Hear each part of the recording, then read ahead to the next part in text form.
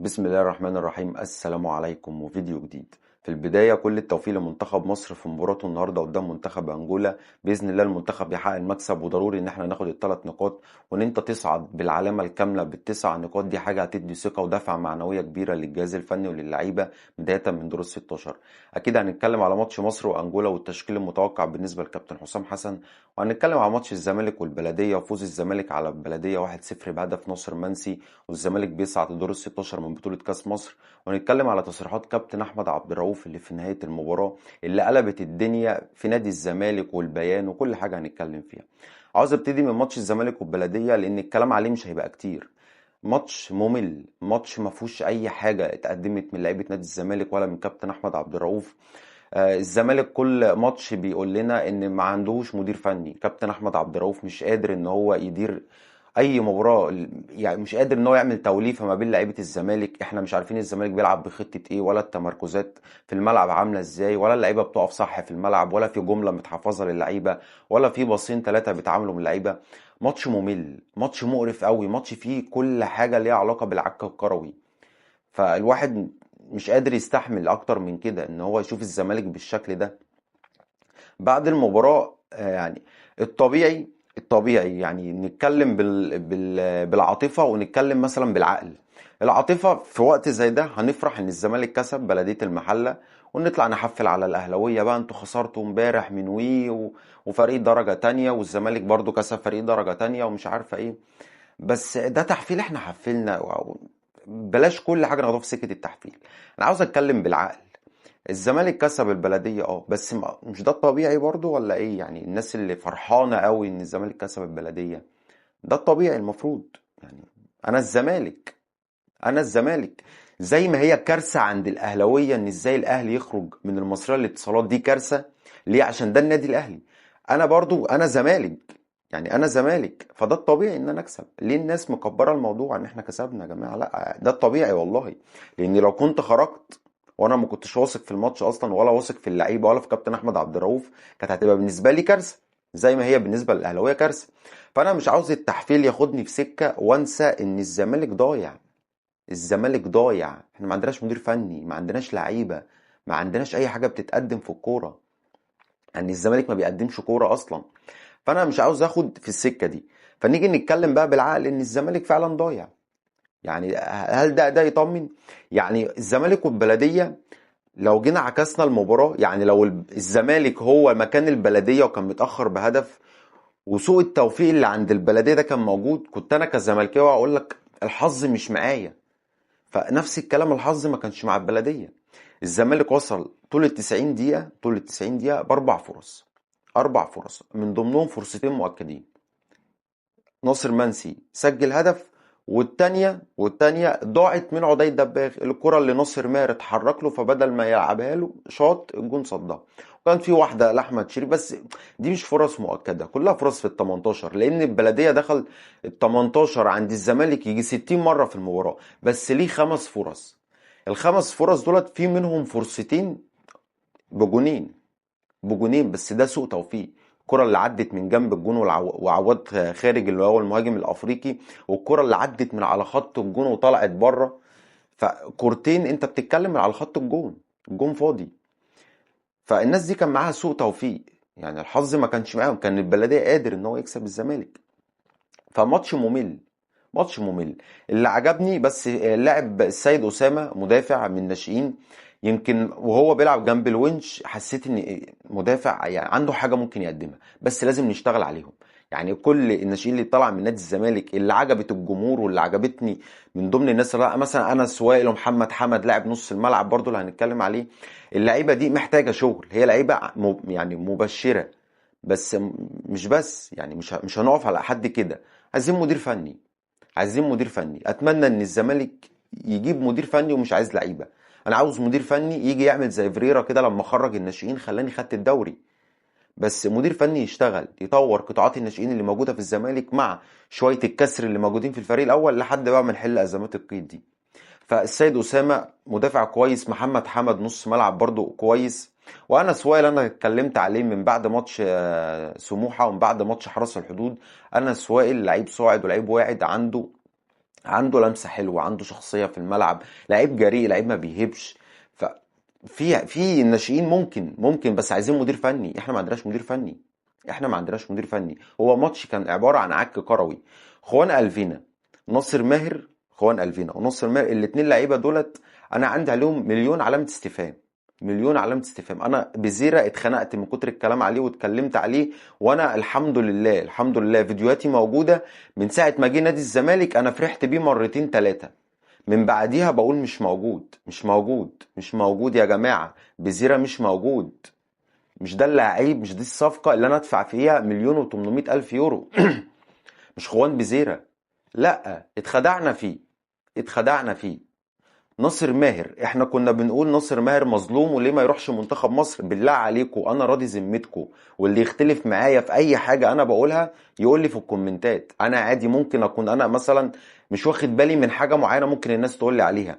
ناصر ماهر ده احنا قلنا ان هو اتظلم، وكابتن حسام حسن ظلمه، والناس كلها كانت بتدافع عنه، اهلاويه وزملكاويه والله كانوا بيدافعوا عن ناصر ماهر.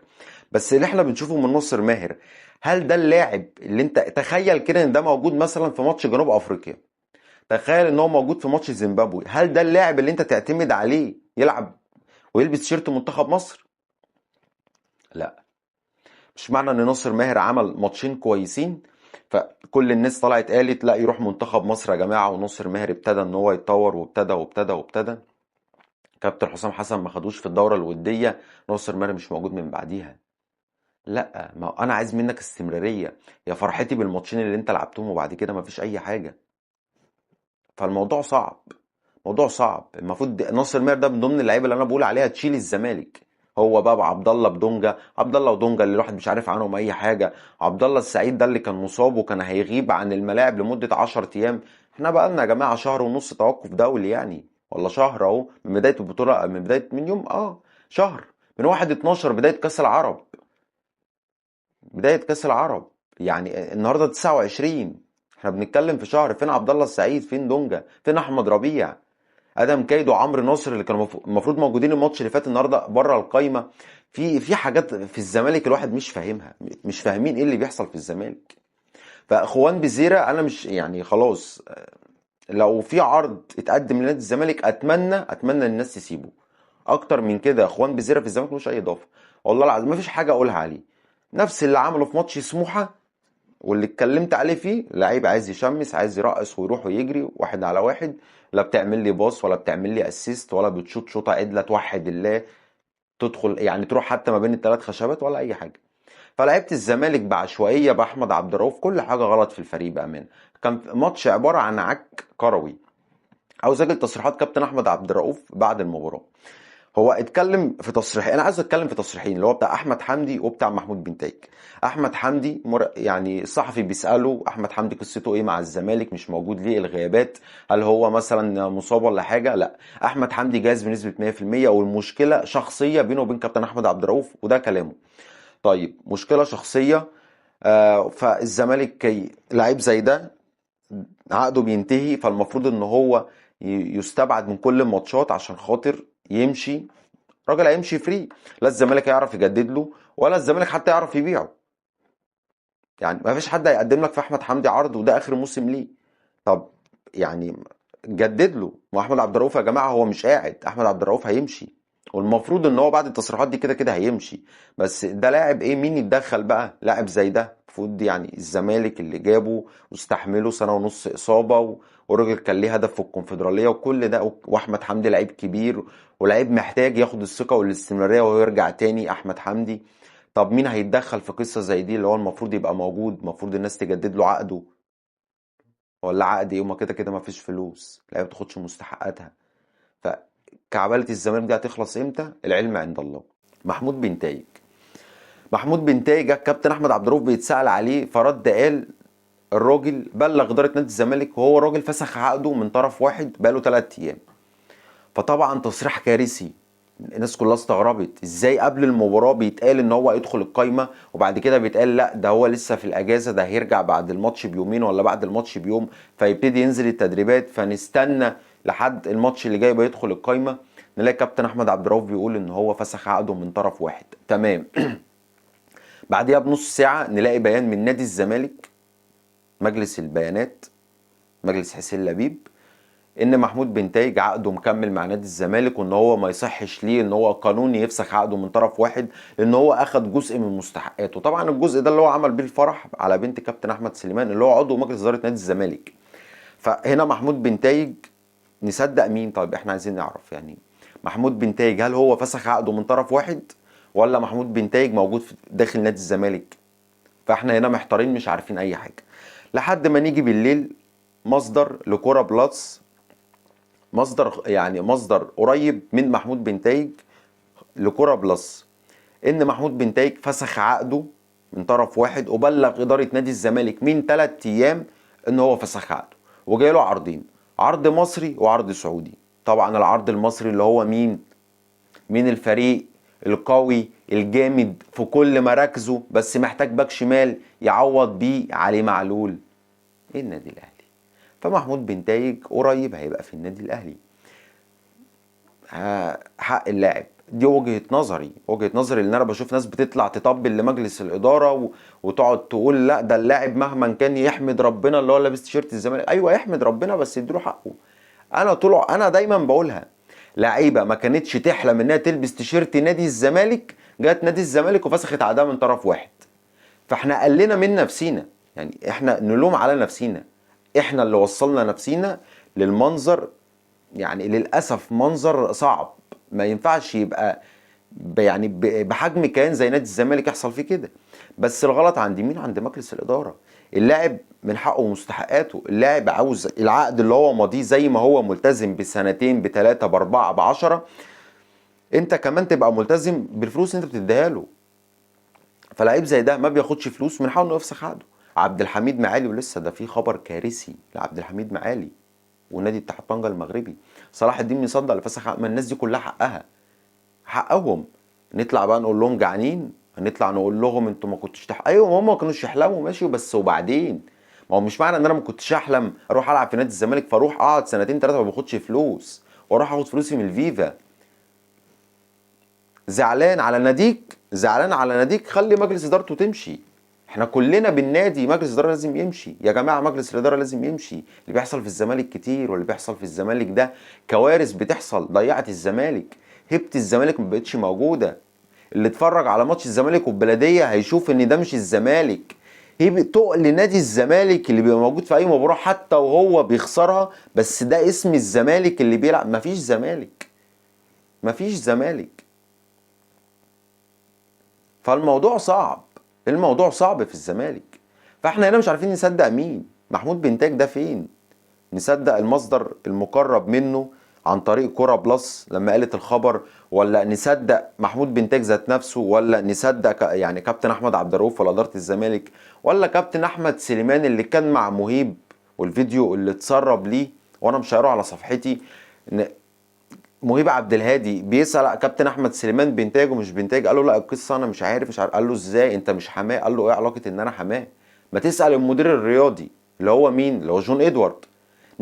ناس مش سالكه مع بعض، ناس مش سالكه، ناس بتحب مصالحها الشخصيه. واحد بيأمن مستقبل بيته، وواحد في الطراوه مدير رياضي بالاسم احنا مش عارفين هو جون ادوارد فين اصلا من نادي الزمالك، على مجلس مش موجود، على واحد بيطلع يعمل اعلانات لشركاته وياخد فلوس الزمالك يصرف بيها على شركاته، والدنيا بايظه. والدنيا بايظه في الزمالك، كل واحد مش عارف الزمالك راح لحد فين رايح. فالموضوع كبير قوي في الزمالك، الموضوع كبير. الزمالك بلا هويه، الزمالك ما عندهوش شخصيه نادي الزمالك، كيان نادي الزمالك بقى بيتهد. فدي كوارث.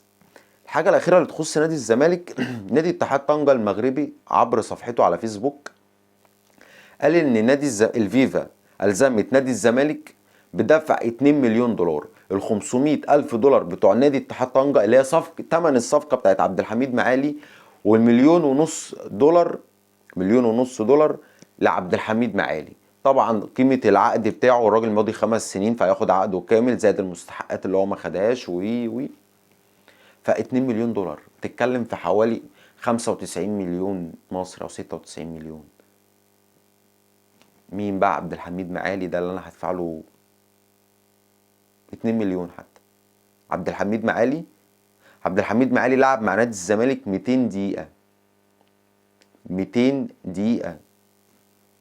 الراجل بقاله 4-5 شهور لعب 200 دقيقة، يعني 3 ماتشات وتلت ساعة، اللي هو اصلا معظمه هتلاقيهم ودي. انا مشفتلوش ماتش رسمي يعني. هو نزل في ماتش الاهلي شويه في اللي هو كان في الدوري، وشفته في ماتش مودرن سبورت. لا او كان لا مودرن سبورت نزل لان هو كان مستبعد الماتشين اللي قبليهم. فالراجل انا ما شفتلوش حاجه مع نادي الزمالك. نادي الزمالك بسبب مجلس فاشل ومجلس عار على كيان نادي الزمالك، الزمالك هيتكلف 2 مليون دولار. فحسبي الله ونعم الوكيل في مجلس اداره نادي الزمالك والله العظيم. واللي وصل، والواحد يفضل دمه محروق وزعلان على ناديه اللي النادي وصل بالشكل ده والحال السيء ده. الموضوع بقى صعب. بس هل في حد عنده دم في الاداره بيحل؟ لا. هل في حد مسؤول في البلد يقدر ان هو يتدخل ويحل المجلس اللي ضيع الكيان ده؟ لا، محدش في دماغه وكله في الطراوه. ممدوح عباس، بس استاذ ممدوح عباس رئيس نادي الزمالك الاسبق، اللي قال لك اصل الدوله خلت الزمالك يبقى غزه. ايه العلاقه؟ غزه ايه اللي الزمالك بقى غزه في مصر؟ ايه العلاقه؟ او هم ناقص يقفلوا النادي ويهجرونا يودونا سينا؟ ايه يا عم؟ ايه يا عم؟ ما تطلع طب قول ان مجلس الاداره مدمر النادي وعامل بلاوي ومشاكل داخل النادي. ادفع انت فلوس من معاك. ما انت ياما خدت فلوس من الزمالك، وفلوس الزمالك اللي انت كنت حاجز عليها، ما دي فلوس الزمالك اللي انت ما عطيتهاش لمرتضى منصور، ما تدفعها. ما علينا، الزمالك مشاكله كبيره. عاوز اجي لمنتخب مصر في الجزئيه الاخيره بس. التشكيل مش هقول التشكيل اللي اتسرب، يعني التشكيل اللي اتقال على موقع يلا كوره، اللي هي كل بطوله مجمعه لمنتخب مصر خصوصا افريقيا سواء 23 او 21 نطلع نقول التشكيل بيتعرف من قبلها بيوم. بس مش مشكله يعني. كده كده منتخبات افريقيا كلها عارفه تشكيل منتخب مصر. بس هو التشكيل اللي طلع او اللي اتسرب ان ممكن يعني لحد دلوقتي مش عارفين الشناوي ولا مصطفى شوبير. بس ان كابتن حسام حسن هيلعب على اليمين باحمد عيد، وهيلعب باتنين قلبي دفاع خالد صبحي ومحمد اسماعيل، ودي بالنسبه لي مفاجاه. وعلى الشمال احمد فتوح، وفي نص الملعب مهند لاشين ومحمد شحاته ومحمود صابر، وعلى اليمين مصطفى فتحي، وعلى الشمال ابراهيم عادل، وقدام مصطفى محمد. لعيبه كويسه وما عنديش مشكله، ما عنديش مشكله في اي حاجه، واحنا كده كده صاعدين، واتمنى ان شاء الله نكسب، وهي لعيبه ان شاء الله تبقى عندها الثقه وكل حاجه. بس كابتن حسام حسن في لعيبه من يعني من ضمن تشكيل القوام الاساسي للمنتخب هي مش جاهزه 100%. وانا بالاخص عايز اتكلم على اتنين بالنسبه لي: امام عاشور اولا، ثم زيزو.